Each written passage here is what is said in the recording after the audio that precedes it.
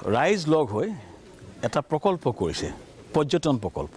তাতকৈ ডাঙৰ কথা হৈছে এইটো মানুহে বনোৱা প্ৰকল্প, থলুৱা ৰাইজে, ওচৰৰ গাঁৱৰ ৰাইজে বনোৱা প্ৰকল্প।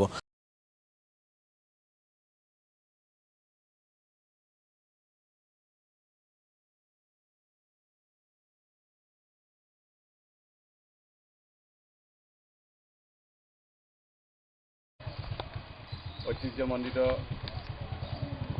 এই মেৰবিল, যাৰ বুকুত নিহিত হৈ আছে বহু ইতিহাস, বহু ৰূপকথা, সমগ্ৰ অঞ্চলটোৰ ৰাইজৰ অভিজ্ঞতা, আশা আকাংক্ষা ইত্যাদি।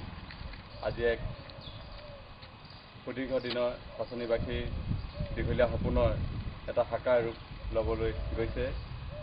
আজি এই ঐতিহাসিক ক্ষণত আমি এটা অনুষ্ঠান আৰম্ভ কৰিব বিচাৰিছোঁ যে মেৰবিল পৰিৱেশ পৰ্যটন প্ৰকল্পৰ নামেৰে আমি বিভিন্ন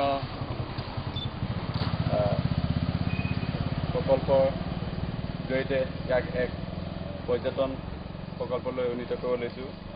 আজি প্ৰথম পৰ্যায়ৰ কামৰ আৰম্ভণিৰ এই শুভ দিনৰ ক্ষণটো আহিছে। এনৰেগাৰ জৰিয়তে আৰম্ভ হ'বলগীয়া এই কামৰ আজি আনুষ্ঠানিক শুভাৰম্ভ কৰিবলৈ লোৱা হৈছে।